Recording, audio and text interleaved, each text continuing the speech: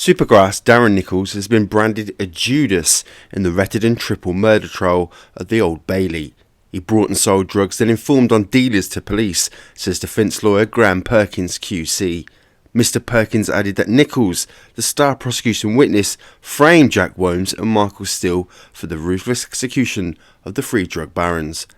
The trio were gunned down as they sat in a Range Rover after being lured to an isolated snow-covered farm track in the village of Rettendon in December 1995.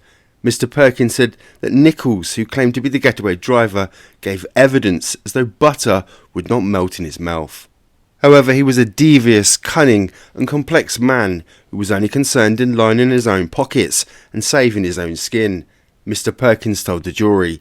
He said it would be dangerous to convict 36-year-old Womes and Steele 55 of the murders on the evidence given by Darren Nichols.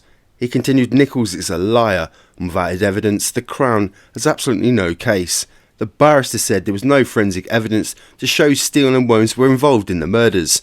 There was no footprints, fingerprints or car tyre marks to link them with the gruesome deaths, added Mr Perkins, representing Steele.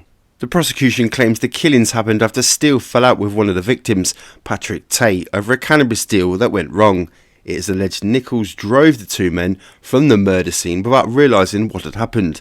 The claim was made by prosecution Andrew Munday QC, who said Nichols has no reason to lie or confess to the police that he was the driver.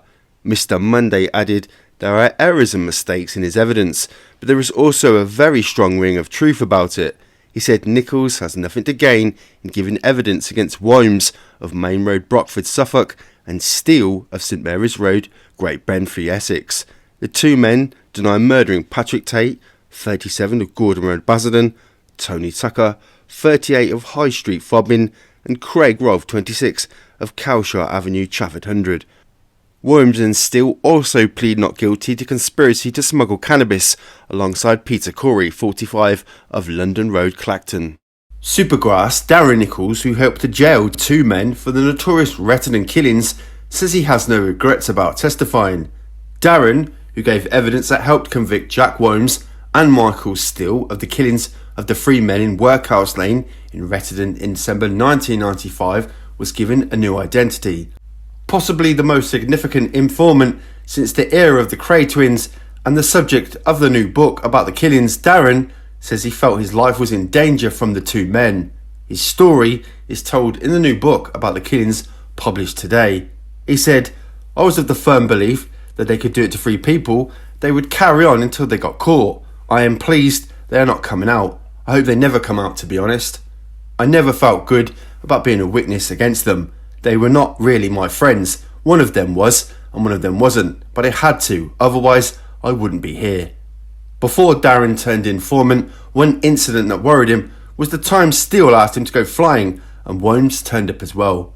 Darren turned down the offer. Darren said, I was scared of learning to parachute without one.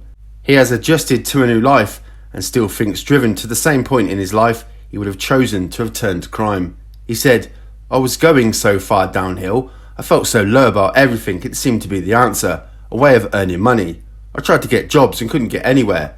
Obviously, I regret it, but in all honesty, I did it because of the situation I was in. If my life came to the same point, I would probably do it again. I am lucky in some ways, but in some ways I am not. I do think it's odds on that one day I'm going to walk into someone I know. That's what worries me the most. The story of how Darren came to be involved with Womes and Steele is detailed in the new book Blogs 19, The Story of the Essex Range Rover Triple Murders by Tony Thompson, published by Warner Books.